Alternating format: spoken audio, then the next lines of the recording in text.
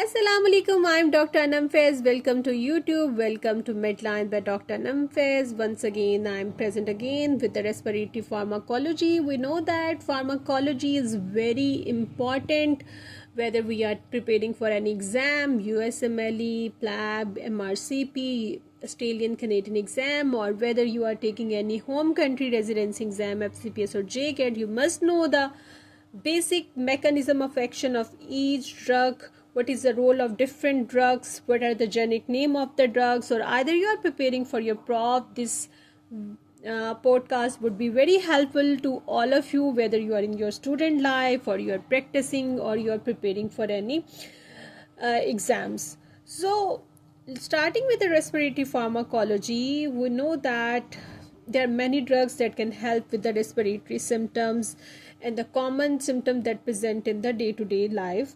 So let's start with the histamine 1 blockers. Histamine 1 blockers that also called antihistamine drugs. These are reversible inhibitors of H1 histamine receptors. These drugs are neutral antagonist or inverse agonist of the histamine receptors. There are two generations of the histamine 1 blockers, the first generation and second generation. The first generation drugs include diphenhydramine, dimenhydrinate, chlorpheniramine, and doxylamine. What are the clinical uses of these drugs? These drugs are used in urticaria patient, in patients with motion sickness. These are also used for sleep aid because the first generation antihistamine enter the CNS and they cause sedation. These drugs are also used in vomiting in pregnancy. You have often seen the brand name of the drugs that are used in vomiting during pregnancy, but the actual salt that is present in those drugs is the doxylamine in the form of doxylamine succinate, and it comes with a combination of vitamin B6, that is pyridoxine.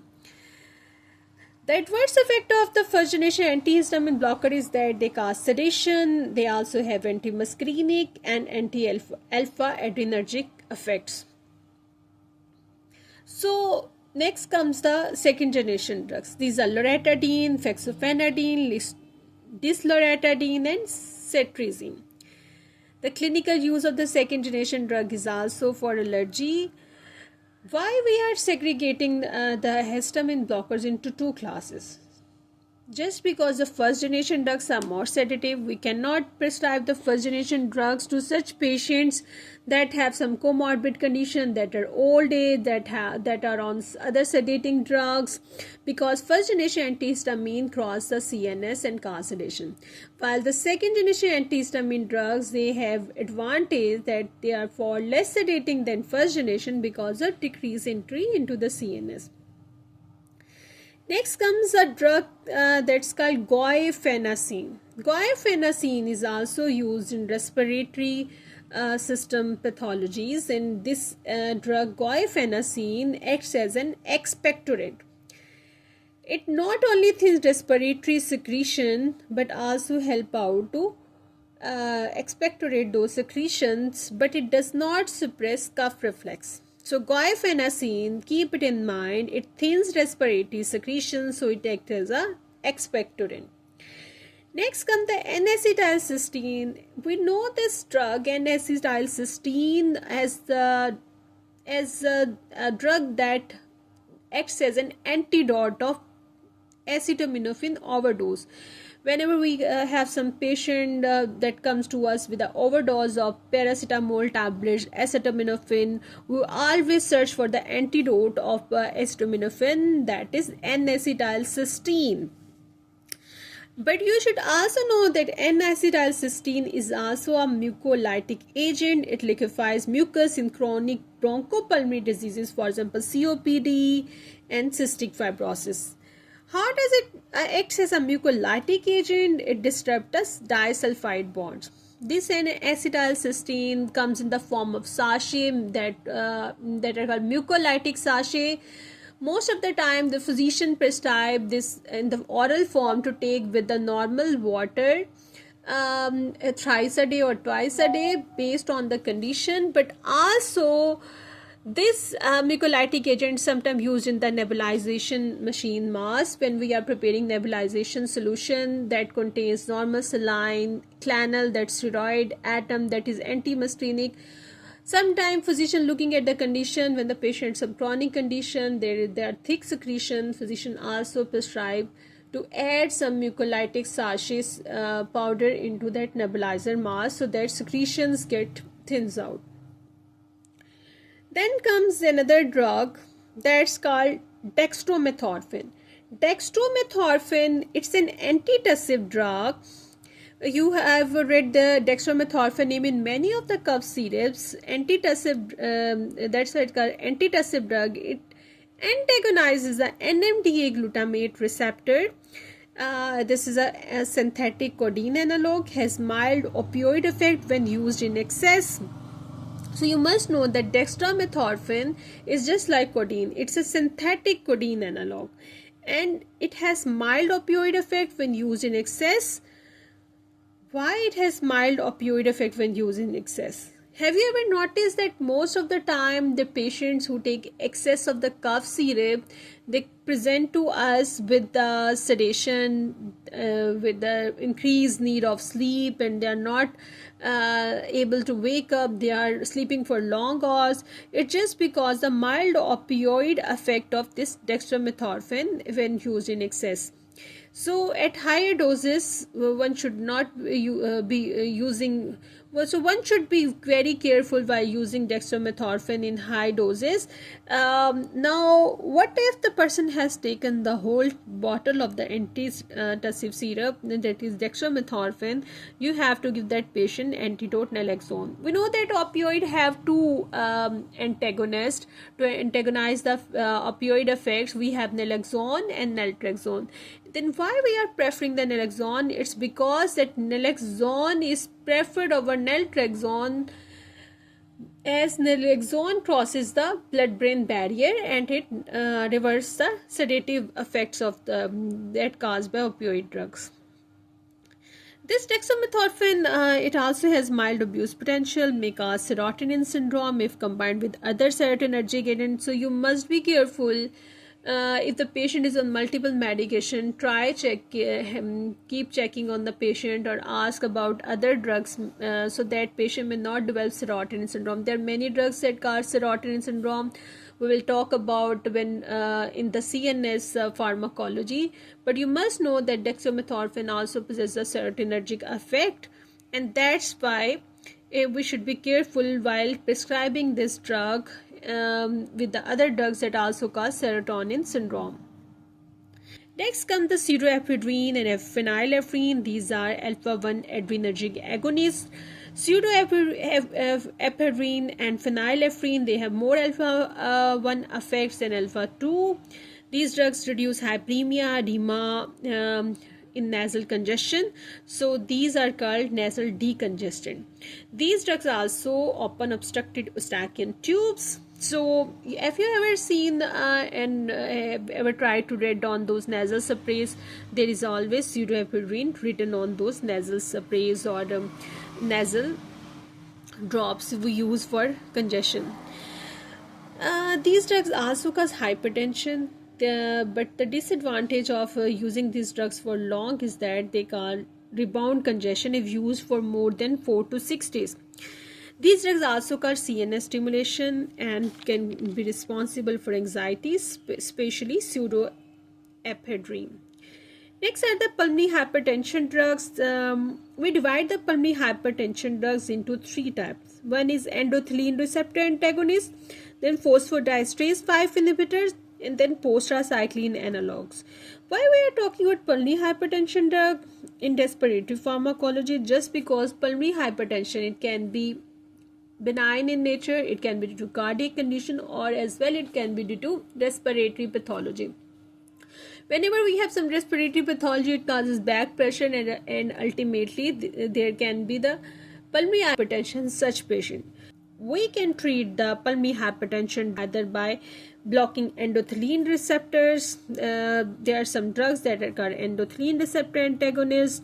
These endothelin receptor antagonists, they competitively antagonize the endothelin 1 receptor. As a result, it causes decreased pulmonary vascular resistance. But one side effect of this endothelin receptor antagonist is that these are hepatotoxic, so you must have to monitor the LFTs, that is liver function test of such patient. What is an example of endothelin receptor antagonist drug? Bosentan and ambrisentan. These are the examples of endothelin receptor antagonist. Then comes the phosphodiesterase 5 inhibitor. There are certain drugs like sildenafil. Sildenafil do what? This drug blocks the phosphodiesterase 5 enzyme. As a result, there is increase in cyclic GMP. This increased cyclic GMP produces nitric oxide, and then nitric oxide has vasodilatory effect. The sildenafil, that is phosphodiesterase 5 inhibitor, is also used in erectile dysfunction.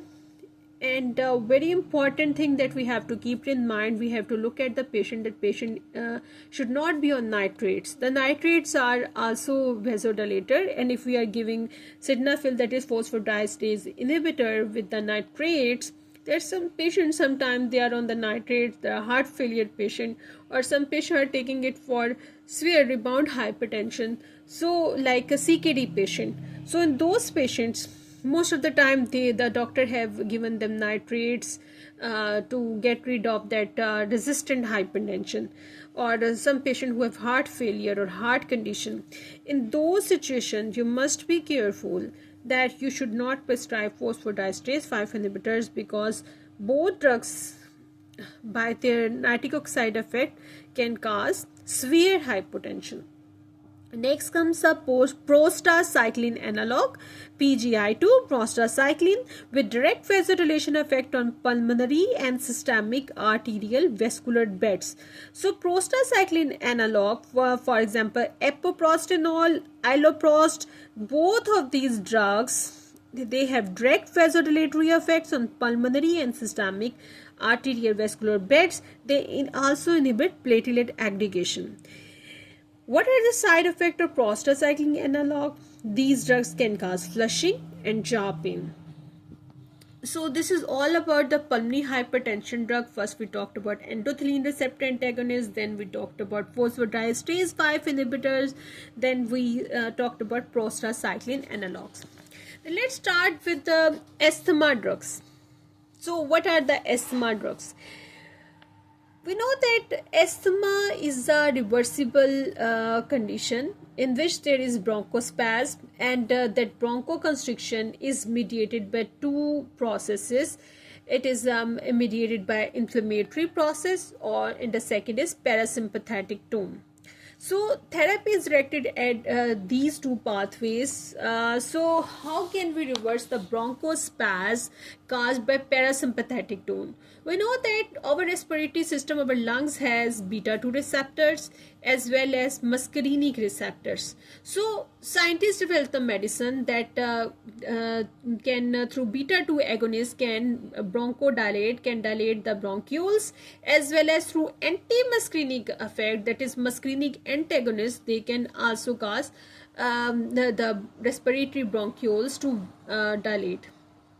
So first of all, talking about beta-2 agonists, the beta-2 agonist drugs, these are divided into short-acting beta-2 agonists and long-acting beta-2 agonists. Short-acting beta-2 agonists, these are used for acute asthma conditions like albuterol, salbutamol. These short-acting beta-2 agonists relaxes the bronchial smooth muscles. We use it for acute exacerbation of asthma, but the side effects of these beta-2 agonists is that they also have slight beta-1 effect.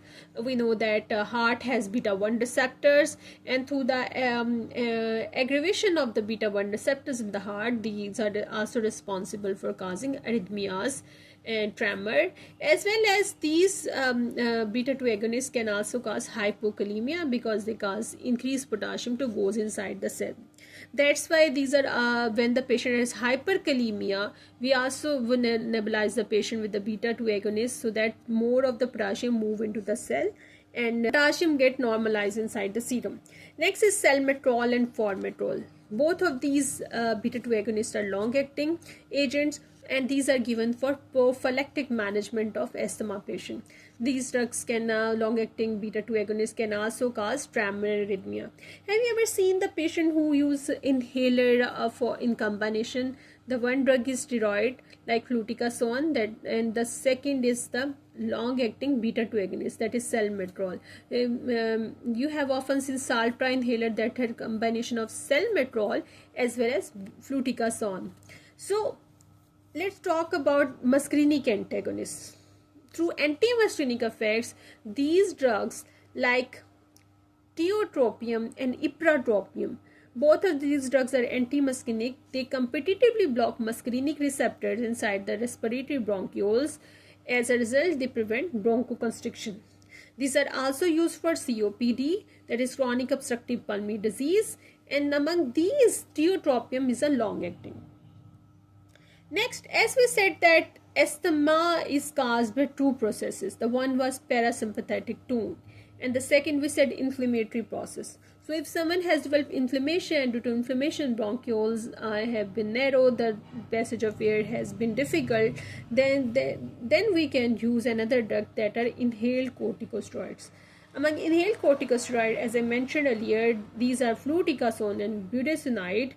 They inhibit the synthesis of virtually all cytokines, inactivate NF-kappa B, the transcription factor that induce production of tumor necrosis factor alpha. So these inhaled steroids inhibit NF-kappa B, that is a transcription factor that induces tumor necrosis factor alpha and the other inflammatory agents.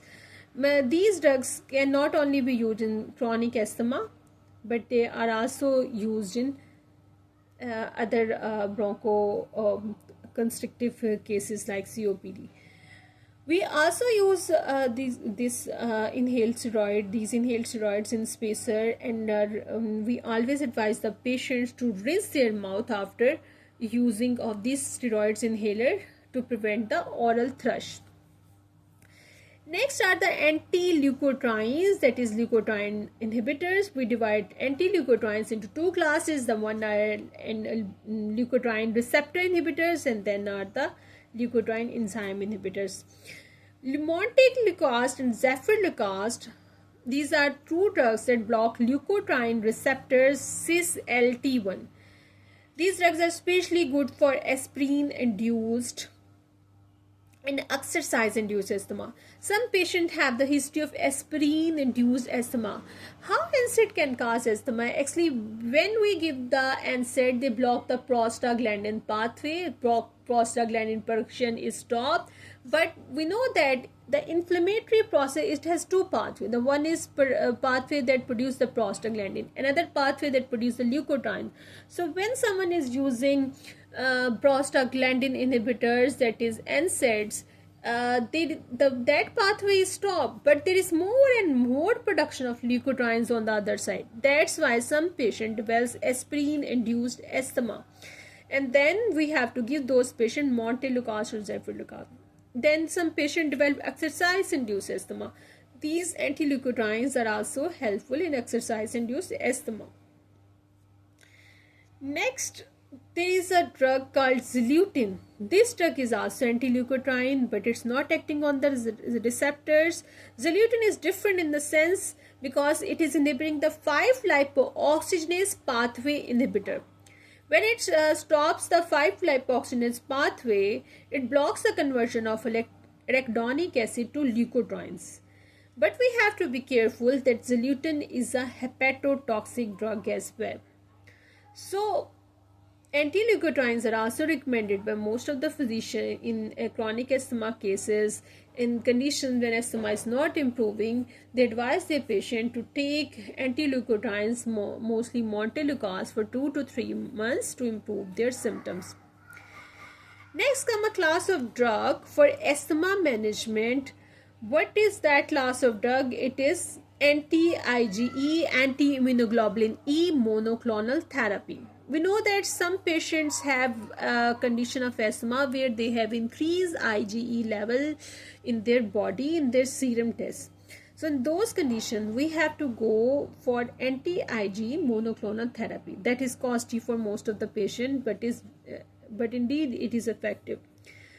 First is the omalizumab. Omalizumab is the one that is discussed most, and we must know only omalizumab when we are talking about anti-IgE monoclonal therapy. Omalizumab binds mostly unbound serum immunoglobulin E and blocks binding to FCE receptor 1. So it's not only bounding that unbound IgE, but it is also blocking its binding to FCE receptor 1. It is used, omalizumab, it is used in allergic asthma where there is increased IgE level, as I told earlier. Increased IgE level resistant to inhaled steroids and long-acting beta-2 agonist. So whenever some patient has increased IgE levels and patient is resistant to inhaled steroids and patient resistant to long-acting beta-2 agonist, then must suggest patient omalizumab. Next comes a methylxanthine. Methylxanthines, for example, theophylline, it also causes bronchodilation. How it is causing bronchodilation? By inhibiting phosphodiesterase enzyme. So theophylline, that's a methylxanthine, it has in bronchodilation by inhibiting phosphodiesterase.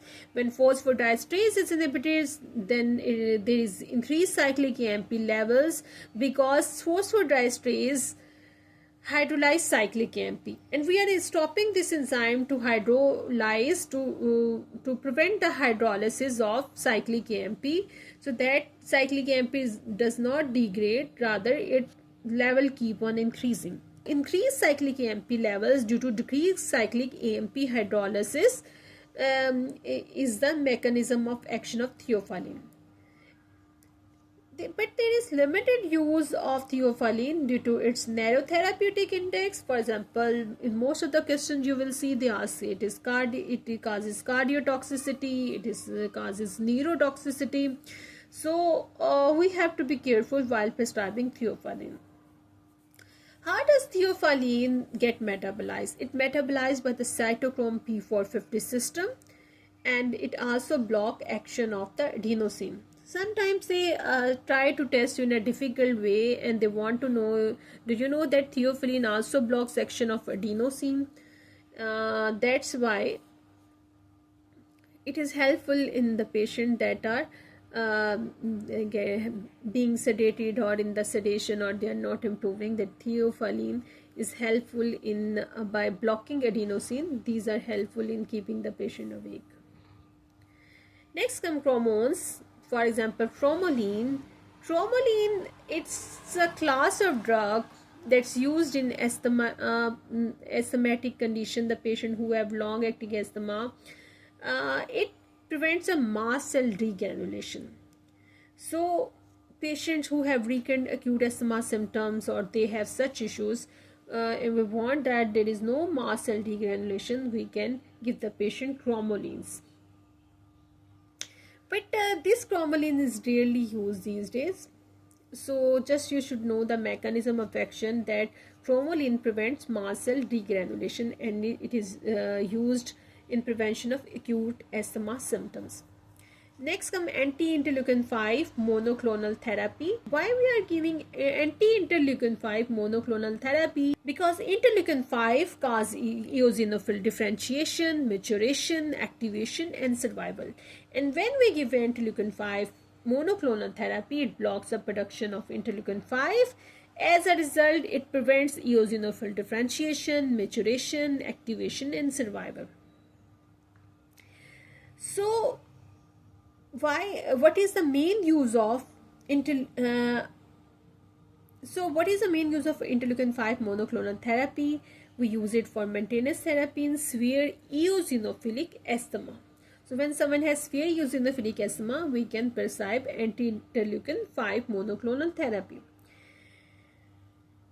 We further divide interleukin 5 antagonist in two ways. The first is anti-interleukin 5, that is directly against the interleukin 5. It is mepolizumab and reslizumab. Then comes Another class of drug that doesn't target the interleukin 5, rather it targets the binding of an interleukin 5 to its receptor, that is uh, anti-interleukin 5 receptor inhibitor. That drug is interleukin 5 receptor alpha, and that drug is benralizumab. So these are important drugs that we just talked about. There is another drug that's called phosphodiesterase 4 inhibitor, that's used only COPD patient, that's roflumilast. So these are all drugs related to respiratory pharmacology, and these are the basic drugs you must know. We talked about antihistamine blocker, first and second generation. Then we talked about expectorant guaifenesin, then and mucolytic agent like N-acetylcysteine. Then we talked about antitussive drugs, dextromethorphan, and then we talked about those comes with the nasal decongestion. We give pseudoephedrine or phenylephrine. Then we talked about the drugs that are used for pulmonary hypertension. We divide those drugs into endothelin receptor antagonists, phosphodiesterase 5 inhibitors, and prostacyclin analogs. Then the last we talked about the asthma drugs and the drugs that cause bronchoconstriction, like the drugs that are used in COPD. And those drugs, starting with the beta 2 antagonists like albuterol, salbutamol, salmeterol, and formoterol.